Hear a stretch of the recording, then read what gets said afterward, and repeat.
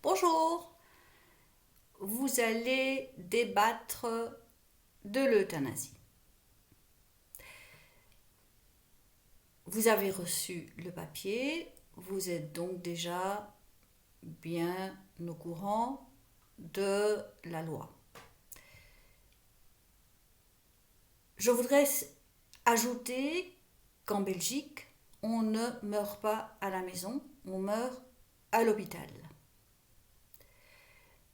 Ce qui peut expliquer cette loi de 2002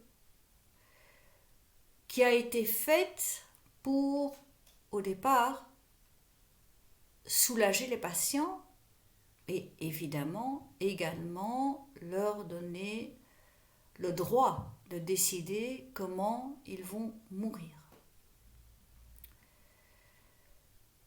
Je voudrais ici vous expliquer que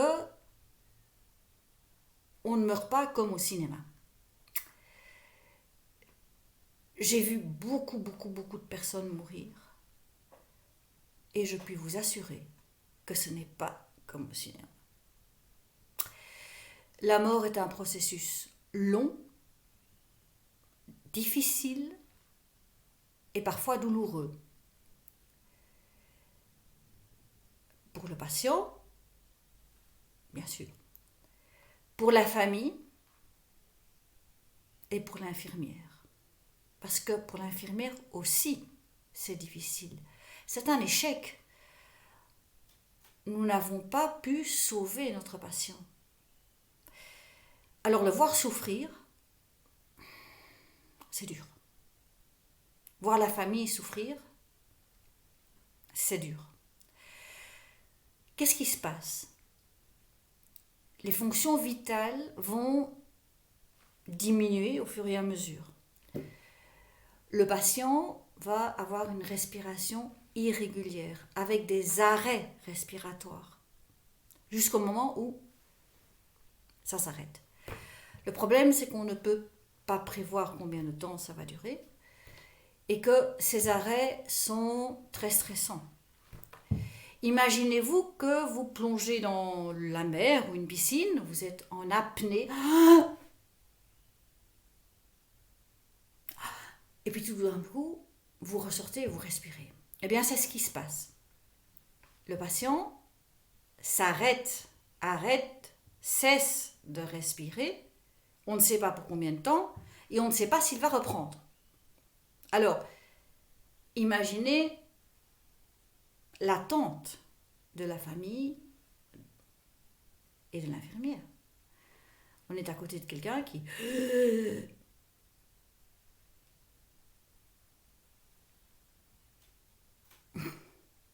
Et puis il peut reprendre 30 secondes, 40 secondes, une minute après. Ce n'est pas confortable. Quand vous êtes en apnée, vous n'êtes pas confortable. D'accord? Les poumons également se remplissent d'eau. Donc on a une respiration qui est ce qu'on appelle le râle. Bon, je ne vais pas insister là-dessus, c'est pas un truc rigolo, mais il faut savoir que la mort naturelle, non assistée, non aidée, sans aucune médication, quelle qu'elle soit, n'est pas une mort naturelle, agréable, normale. Les soins palliatifs. J'y ai travaillé en tant qu'infirmière et j'ai également vécu une situation dans ma famille. Je vous parlerai de la situation dans ma famille. C'était donc la maman de mon mari qui était atteinte d'un cancer au départ du sein, qui ensuite évidemment est devenu un cancer généralisé. Elle était encore autonome quand elle a choisi de rentrer dans cette unité de soins palliatifs où il y avait 30 lits. Elle a perdu son autonomie après plus ou moins 2 mois et elle était donc grabataire, soignée avec des doses de morphine très précisément dosées de façon à ce qu'elle puisse encore maintenir une conscience. Ce qui est la grande différence avec la sédation, que l'on pratique beaucoup plus ici en Espagne, mais qui est comme une anesthésie. Donc la personne perd sa conscience. Dans ce cas-ci, elle était consciente, elle nous parlait, il y avait encore moyen d'avoir une communication tout à fait normale avec elle. Mais il n'y avait pas de douleur. Il n'y avait pas de problème respiratoire non plus, étant donné que l'on lui donnait des substances qui permettaient de gérer les noyades pulmonaires. Un jour, on nous a appelés, parce que là-bas on appelle la famille quand les choses vont mal. On nous a appelés pour nous dire que c'était la fin. Nous sommes arrivés, elle était encore consciente et elle partait tout doucement.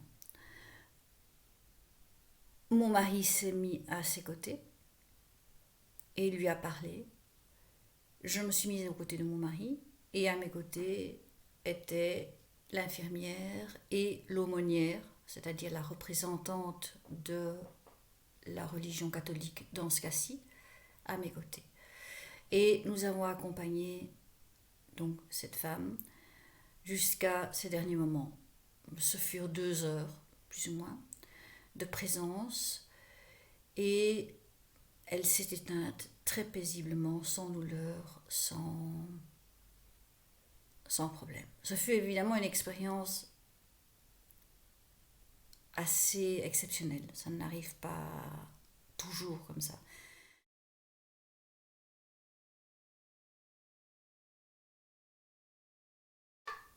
L'euthanasie passive, c'est autre chose. L'euthanasie passive, c'est comme je vous l'ai dit, c'est débrancher un appareil, c'est par exemple arrêter un traitement d'antibiothérapie parce qu'il y a une infection, et si on décide que le patient est incurable et qu'il a une infection urinaire, ça ne sert à rien de traiter son infection urinaire puisqu'il est incurable.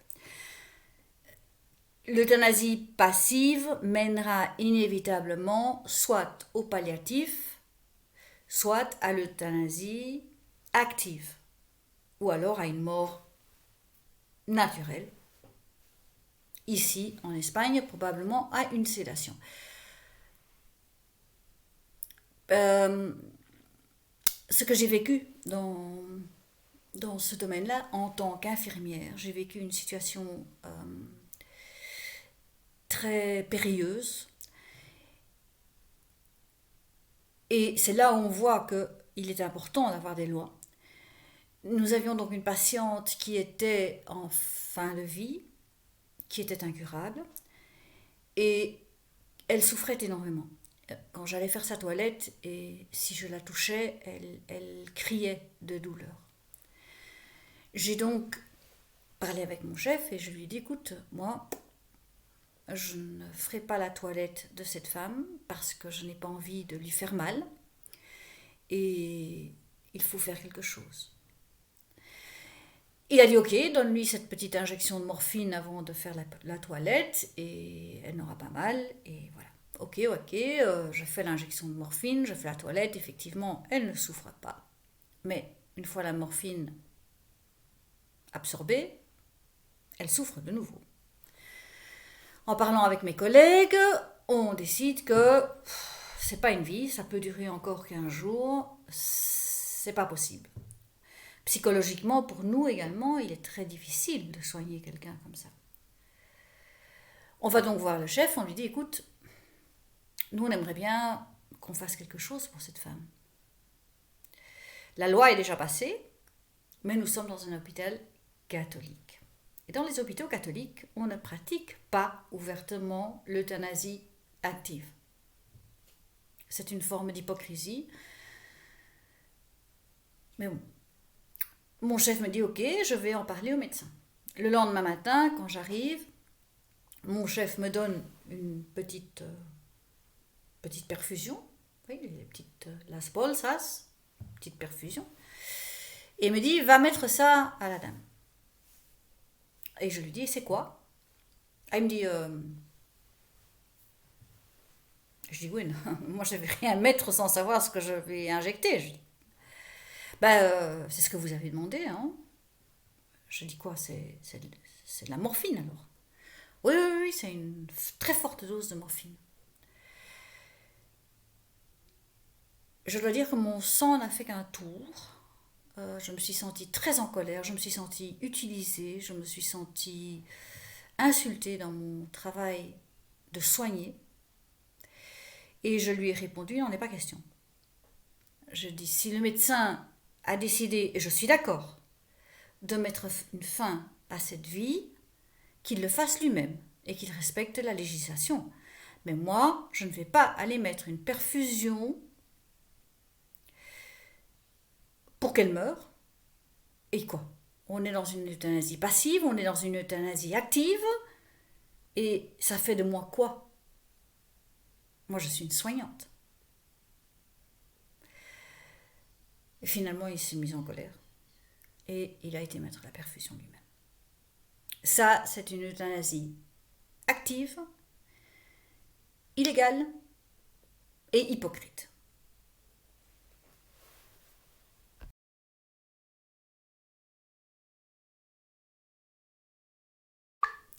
Veuillez pardonner l'éclairage, il se fait un peu tard et je suis à l'éclairage artificiel.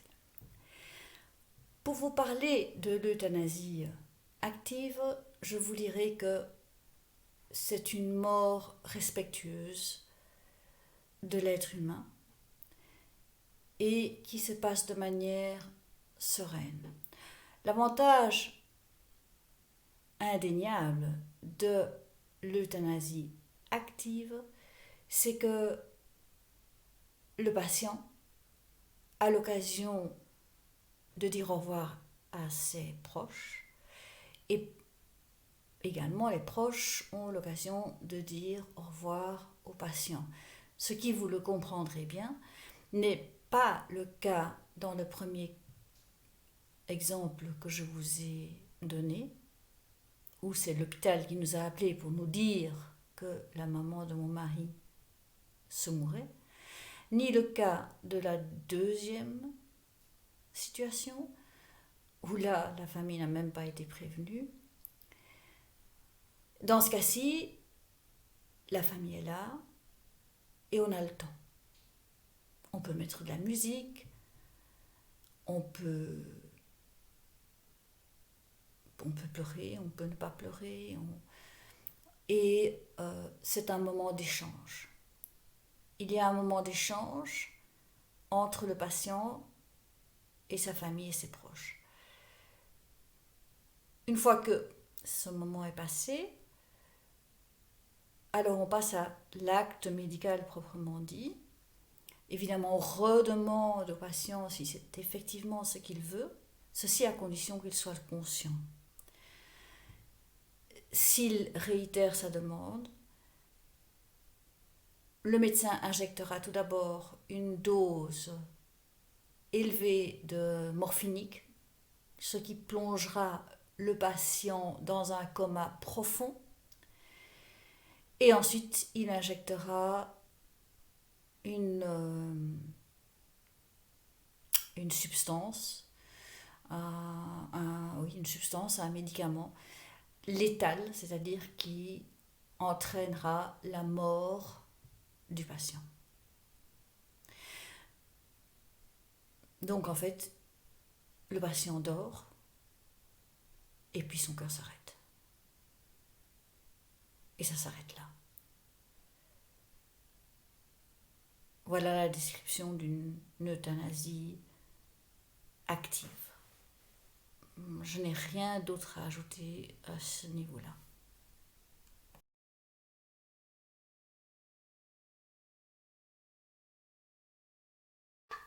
Et pour terminer, je vous parlerai de quelque chose de très important. C'est la déclaration anticipée d'euthanasie.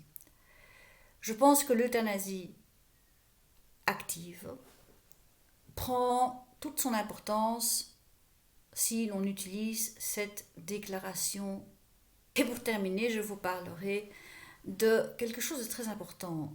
C'est la déclaration anticipée d'euthanasie. Je pense que l'euthanasie active prend toute son importance si l'on utilise cette déclaration anticipée. En Belgique, il s'agit donc de remplir un document officiel qui peut être remis aux autorités ou pas. Il faut avoir 2 témoins qui signent et c'est un document dans lequel on dit que si on n'est plus capable de dire sa propre volonté, on souhaite que l'on mette fin à nos jours.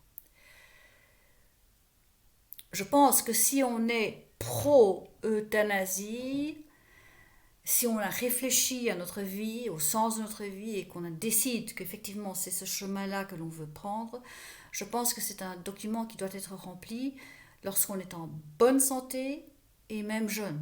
Je conseille souvent aux jeunes de remplir ce papier s'ils le souhaitent. Ce papier n'a pas une durée illimitée, il faut le renouveler tous les 5 ans et évidemment on peut le déchirer à n'importe quel moment. Mon expérience dans ce domaine-là, c'est ma maman. Ma maman a maintenant 92 ans. C'est une dame très âgée, mais qui est tout à fait autonome, qui a toute sa tête et qui a vécu évidemment 92 ans. Elle a fait une déclaration anticipée d'euthanasie.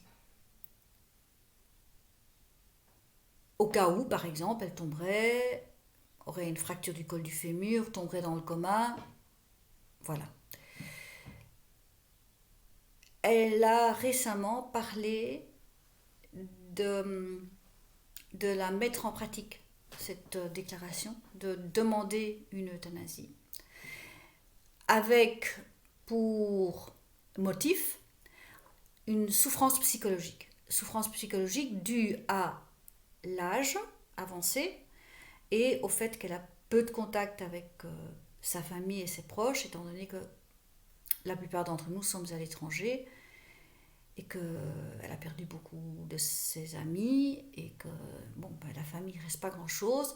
Elle est limitée à son appartement, bien qu'elle soit autonome, mais elle est limitée à son appartement et elle estime qu'elle a vécu sa vie et que voilà, ça peut s'arrêter là. Elle ne souhaite pas continuer à vivre. Inutile de vous dire que le Covid n'arrange rien. Donc, aux dernières nouvelles, elle allait tout doucement mettre en place cette euthanasie active. Je ne sais pas si elle le fera, parce que je crois qu'au fond d'entre nous, il y a toujours ce désir de vivre. Et donc, est-ce qu'elle le fera ou pas, je ne sais pas. Mais en tout cas, c'est sa décision. Et je la respecterai en tant que telle. Voilà, je voulais vous parler donc de l'importance de cette déclaration anticipée d'euthanasie qui évite l'acharnement thérapeutique également. L'acharnement thérapeutique étant on maintient quelqu'un en vie envers et contre tout.